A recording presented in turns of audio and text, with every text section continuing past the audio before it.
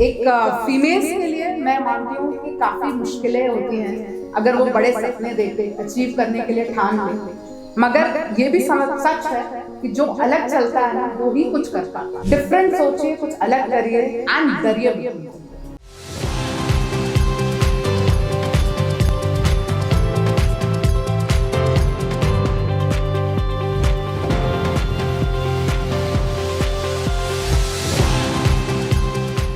नमस्कार, मैं आपके साथ प्रियंका रावत। आज हम बात करने जा रहे हैं एक ऐसे शख्सियत से जिन्होंने न सिर्फ देश की सेवा को अपना जीवन बनाया बल्कि अनुशासन, साहस और समर्पण की मिसाल भी कायम की है। हमारे साथ हैं लेफ्टिनेंट कर्नल दिव्या गौर, भारतीय सेना की एक सशक्त और प्रेरणादायक अधिकारी जिनकी यात्रा हर युवा के लिए एक सीख है। उनकी कहानी हमें बताती है कि अगर इरादे मजबूत हो तो कोई भी लक्ष्य दूर नहीं होता। आज के इस खास इंटरव्यू में हम उनसे जानेंगे उनकी ज़िंदगी के अनुभव, चुनौतियाँ और वो सीख जो आज की युवा की पीढ़ी के लिए बेहद ज़रूरी है। बहुत स्वागत है आपका। पहला सवाल मेरा आपसे ये रहेगा कि कैसे इस फील्ड में आपने करियर बनाने का सोचा और शुरुआत कैसे हुई और प्रेरणा कहाँ से मिली आपको?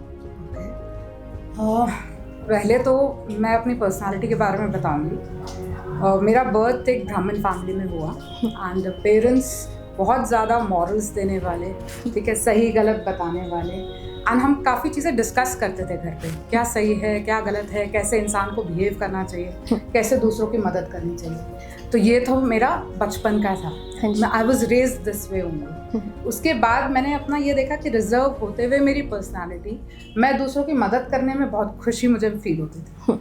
एंड सेकेंड थिंग ये था कि मैं गलत को सह नहीं पाती थी।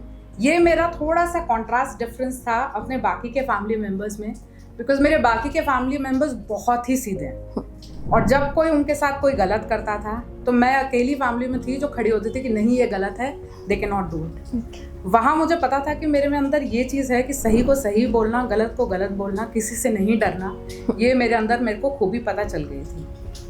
एंड मोटिवेशन मैं कहूँगी एक चीज़ से नहीं आया लाइफ में, over a period of time बहुत सारी चीज़ें थी, मगर मोटिवेशन आप मानोगे एक फ़ोटो से भी आ सकता है। और वो फोटो थी कैप्टन एम.के. पांडे, मनोज कुमार पांडे की। मैंने अराउंड 12th किया था 2000 के आसपास। एंड उस टाइम पे न्यूज़पेपर में उनका एक आर्टिकल आया था। He was from Gurkha rifles and Kargil में उनकी डेथ हो गई थी, शहीद हो गए थे। एंड उनका एक आर्टिकल था जिसमें परमवीर चक्र और ये सारी चीज़ें उनकी डिटेल में न्यूज़पेपर में था। समहाउ वो देख कर के ना, जो वो एक यंगस्टर 24 साल का बंदा, अगर वो अपनी कंट्री के लिए कुछ कर सकता है तो मुझे लगा कि मेरी लाइफ में भी पर्पस यही सबसे बेस्ट है कि आप अपनी कंट्री के लिए कुछ करो। उसकी फोटो मैंने काट के अपने पास रखी हुई थी। एंड इंटरेस्टिंग बात ये थी कि पापा ने कई सालों बाद जब वो फोटोग्राफ देखी तो ही वॉज नॉट नोइंग कि ये captain Manoj Kumar Pandey and all, तो ही थॉट मे बी मैं उनको पसंद करती हूँ, something like that. But then वो मेरे रोल मॉडल कह सकते हैं, इंस्पायर करा उन्होंने। एंड उसके बाद से मैंने अपने आप को स्ट्रॉन्ग बनाया, physically fit and mentally strong. जो मेरी रिजर्व पर्सनालिटी थी वो थोड़ा थोड़ा मैंने कॉलेज टाइम में अपने आप को चेंज किया, कम्युनिकेशन स्किल्स बढ़ाई। एंड मेरठ जैसी जगह में जहाँ लड़कियाँ अकेले जाने में डरती हैं, वहाँ पापा का बजाज चेतक लेकर के ना सिर्फ एनसीसी जो अपनी बटालियंस होती है वहाँ जाती थी, बल्कि सुबह बैडमिंटन खेलने के लिए स्टेडियम जाया करती थी अकेले। एंड दैट वाज समथिंग, जब आप एक स्टेप बाहर लेते हो ना तो ऑटोमेटिकली आपके रास्ते खुल जाते हैं, आपका डर हट जाता है लाइफ। तो इस हिसाब से मेरी जर्नी स्टार्ट हुई। ये मेरा मोटिवेशन था to join armed forces and उसी पे मैंने तैयारी करी। ठीक है, एक महिला अधिकारी के रूप में सेना में आपकी शुरुआत कैसे रही? क्या आपको किस तरह की चुनौतियों का सामना करना पड़ा और कैसे आपने इनको पार किया? देखिए, चुनौतियाँ नहीं कहूँगी मैं, बेसिकली कोई भी आर्मी ऑफिसर हो, चाहे वो मेल हो चाहे फीमेल हो, रगड़ा सबको मिलता है। एंड रगड़ा हमारी पार्ट ऑफ जर्नी है, सिखलाई है। अकेडमी से हमारा वो रगड़ा शुरू हो जाता है, ठीक है। अगर आप उस रगड़े को नेगेटिव उसमें लोगे तो वो आपकी परेशानियां या कठिनाई जिसको आप बोलते हैं उसको वो माना जाएगा। मगर अगर उसी चीज़ को आप उसमें लोगे, ग्रुप में आप इंजॉय करोगे, ठीक है, आप ये मानोगे कि इससे आप कुछ नया सीख रहे हैं, आप कुछ बेटर बन रहे हैं, ठीक है। अगर आपका ग्राउंड में रगड़ा हो रहा है, राइट, तो आप उससे स्ट्रॉन्ग हो रहे हैं। ठीक है, आप सोचिए हर चीज का ना एक पर्पस है आर्मी में। इवन जैसे पीटी कराते हैं, उसका पर्पस है आपको फिजिकली स्ट्रांग करना। ओके, आपको जवानों के साथ गेम्स खिलाते हैं, उसका रीजन है आप कनेक्ट करो अपने जवानों के साथ, आप में एक टीम स्पिरिट आए। ठीक है, आपके जवान आप एक दूसरे से क्लोज हो, जिससे कि जब वॉर टाइम आती है तब ऐसे ही टाइम पे ये रिलेशनशिप्स जो हैं मैन ऑफिसर ये काम आते हैं। तो ये सारी जर्नी थी, उसमें कुछ ऊपर नीचे भी हुआ, कुछ चैलेंजेस भी आए। जैसे आई वाज फर्स्ट पोस्टिंग मेरी लद्दाख में थी एंड वहाँ -40 डिग्री भी चला जाता था टेम्परेचर्स, एंड उस टाइम पे कॉन्वॉय जाना end of course women officers के हिसाब से वो टेरेन अभी तक हमने क्या कहते हैं ऑर्गेनाइजेशन ने इतनी डेवलप नहीं करी थी। I am talking about 2004 scenario, जहाँ मोबाइल फोन्स नहीं थे, सैटेलाइट फोन्स पे कम्युनिकेशन होता था एंड इतना इंफ्रास्ट्रक्चर डेवलप नहीं हुआ था। वो धीरे धीरे वो पीरियड भी आपने जब वो जी लिया ना, तो उसके बाद आपको कोई भी चीज़ मुश्किल नहीं लगती, आप हर जगह अडाप्ट कर लेते हो, एडजस्ट कर लेते हो। तो मुझे लगता है आर्मी की लाइफ इज समथिंग जो आपको आगे की लाइफ के लिए, फ्यूचर आप सिविल में जाते हैं उसके लिए एक ऐसा इंसान बना देती है जो कहीं भी जाके खुश रह सकता है, अडाप्ट कर सकता है। अच्छा, सेना का जीवन काफ़ी अनुशासित और कठिन माना जाता है। आप हमारे दर्शकों को बता सकती हैं कि एक दिन आपकी ज़िंदगी में कैसा होता था?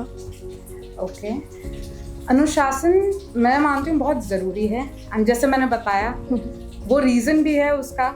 अगर अनुशासन नहीं देंगे तो अगर कोई भी एक बटालियन अगर वॉर में जाएगी तो वो ट्रेनिंग पीरियड में अगर वो पीस में मेहनत नहीं करेगी, पसीना नहीं बहाएगी, तो वो वॉर में बहुत खून बहाएगी। तो यही रीज़न है जो डेली का डिसिप्लिन लाइफ आर्मी पीपल जीते हैं, स्टार्टिंग फ्रॉम पीटी परेड, जैसे मैंने बताया फिजिकली फिट रहने के लिए।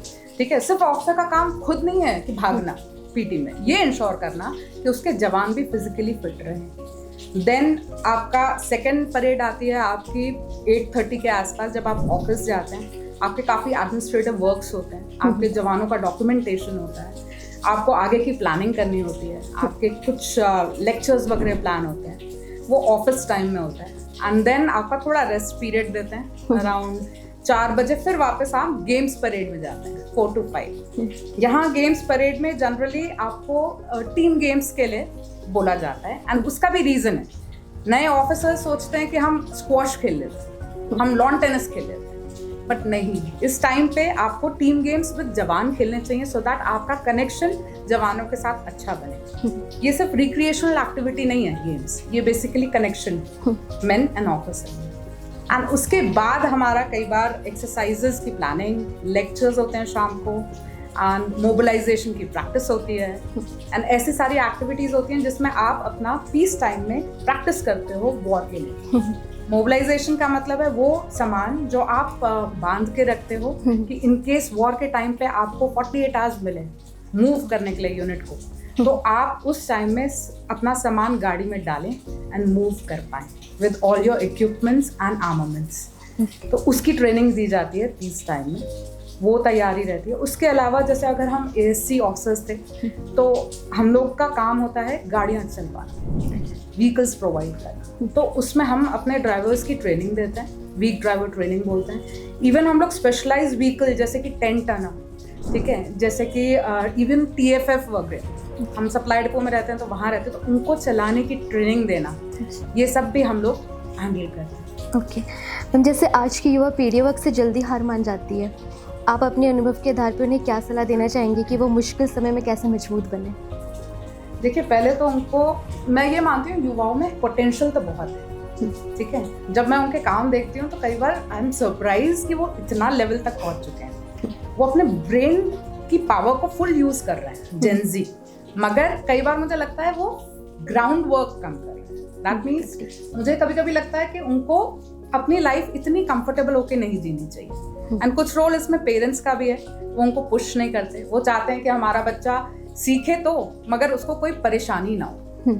मगर यही चीज़ जब आप अपने आप को थोड़ा सा अनकंफर्टेबल एनवायरनमेंट में लाते हैं तो आपके एक्सपीरियंसेस, आपका एक पर्सनालिटी जो ग्रूम होती है ना, वो कंफर्ट जोन में रह के नहीं हो सकती। तो मैं युवाओं को ये बोलना चाहूँगी कि अपने आप को थोड़ा सा अनकंफर्टेबल रखिए, ठीक है, ज़रूरी नहीं है कि बहुत गर्मी है तो एसी में ही बैठना है, ज़रूरी नहीं है कि कोई परेशान है तो आप चुप बैठे हैं, आप जाके मदद करिए। ठीक है, आप अपने कॉलेज में जा रहे हैं तो कॉलेज में आप ये मत सोचिए कि सिर्फ मैं पढ़ाई करने जा रहा हूँ, आप किसी की मदद कर सकते हो और बेटर क्या कर सकते हो, टीचर्स की कैसे मदद कर सकते हो।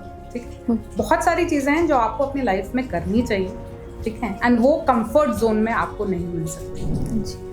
मैम, अगर जैसे किसी युवा को आर्मी ज्वाइन करनी हो तो कौन कौन सी एज में कौन कौन सी एंट्रीज के थ्रू वो ज्वाइन कर सकता है? ओके, देखिए आर्म फोर्सेस में 2 लेवल पे एंट्रीज हो सकती हैं। First is after your 12th and second after graduation. ठीक है, आर्म फोर्सेस में आफ्टर अगर आप 12th जाना चाहते हैं तो सबसे पहली एंट्री तो आपकी एनडीए एंट्री हो जाती है। ओके, उसकी एज लिमिट है। ठीक है, 19.5 तक आप अकेडमी ज्वाइन कर लेने चाहिए उसके हिसाब से, एंड 12th के बाद आप एनडीए दे सकते हैं। उसके अलावा एक टेक्निकल एंट्री स्कीम है, वो सिर्फ पीसीएम स्टूडेंट्स के लिए है जिन्होंने जेईई का पेपर निकाला हो, उनके परसेंटेज के हिसाब से वो डायरेक्ट एंट्री होती है, आपको रिटन नहीं देना पड़ता जैसे आपको एनडीए में देना पड़ता है। तो ये दोनों एंट्री, और इवन नेवल एंट्री होती है टेक्निकल टाइप की, वो भी आप 12th के बाद दे सकते हैं, नेवल एंट्री। उसके बाद जब आप ग्रेजुएशन कर लेते हैं जब आप ग्रेजुएशन के बाद आपके पास बहुत सारी एंट्रीज होती हैं। कुछ होगी आपकी रिटन एंट्रीज जिसमें आपको रिटन पेपर देना पड़ता है, जैसे कि सीडीएस एंट्री, वो आर्मी, नेवी, एयरफोर्स तीनों के लिए है ना। इसमें आप नॉन टेक आपके कोई भी स्ट्रीम में आपने ग्रेजुएशन किया है, आप सीडीएस का पेपर दे सकते हैं, एंड सीडीएस का पेपर निकालने के बाद आपको एसएसबी फेस करना होता है, एंड देन मेरिट आती है, राइट। एंड इसके अलावा कुछ ऐसी एंट्रीज हैं, रिटन का अगर मैं बोलूँ तो एफकैट भी एक एंट्री है जो एयरफोर्स की है, उसके लिए भी रिटन का एक पेपर होता है, उस लेवल का नहीं होता जितना सीडीएस का है, बट देन एफकैट की एंट्री एयरफोर्स के लिए आपको अगर अप्लाई करना है तो आप एफकैट के थ्रू भी कर सकते हैं, सीडीएस के थ्रू भी कर सकते हैं।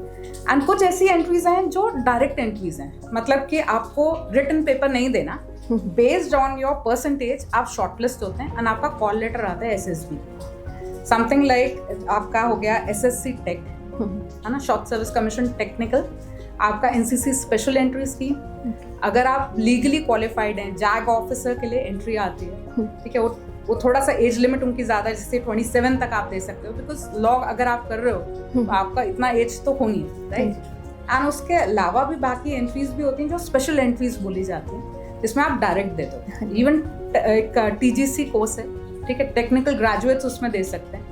तो ये सारी एंट्रीज के थ्रू भी आप आर्म फोर्सेस ज्वाइन कर सकते हो। ओके मैम, आखिरी सवाल मेरा आपसे ये होगा कि आप उन लड़कियों को क्या संदेश देना चाहेंगी जो बड़े सपने देखती है लेकिन डर या समाज के दबाव के कारण आगे नहीं बढ़ पाती? देखिए, सपने तो मैं बोलूँगी फीमेल्स को बड़े ही देखिए, छोटे सपने अचीव करने के बाद सेटिस्फैक्शन नहीं मिलता, एंड सपने सिर्फ अपने लिए नहीं होने चाहिए, एक बड़े कॉज के लिए होने चाहिए। जब आप बड़ी चीज़ के लिए सपना देखते हो ना, तो आपको उसमें मेहनत करने में और ज़्यादा मज़ा आता है। एंड लोग तो, सोसाइटी तो ऐसी है, वो जनरली आपको पुल डाउन करेगी, ठीक है, आप में कमी निकालेगी, आप कुछ भी अलग करोगे तो आपका मजाक भी उड़ाएगी, मगर उससे डरना नहीं है। ठीक है, आपको आगे बढ़ते रहना है। एक फीमेल्स के लिए मैं मानती हूँ कि काफ़ी मुश्किलें होती हैं अगर वो बड़े सपने देखे, अचीव करने के लिए ठान ले, मगर ये भी सच है कि जो अलग चलता है ना, वो ही कुछ कर पाता है। डिफरेंट सोचिए, कुछ अलग करिए, एंड डरिए बिल्कुल मत। Thank you so much ma'am giving us your time. तो ये थी हमारे साथ लेफ्टिनेंट कर्नल दिव्या गौर, जिनकी बातें ना सिर्फ प्रेरणादायक है बल्कि हर युवा के लिए एक दिशा भी है। इनकी कहानी हमें सिखाती है कि मेहनत, अनुशासन और आत्मविश्वास के साथ हम किसी भी मंजिल को हासिल कर सकते हैं। हम उम्मीद करते हैं कि आज की इस बातचीत से आपको कुछ नया सीखने को मिला होगा। आपके सपनों की ओर आगे बढ़ने की प्रेरणा आपको ज़रूर मिली होगी।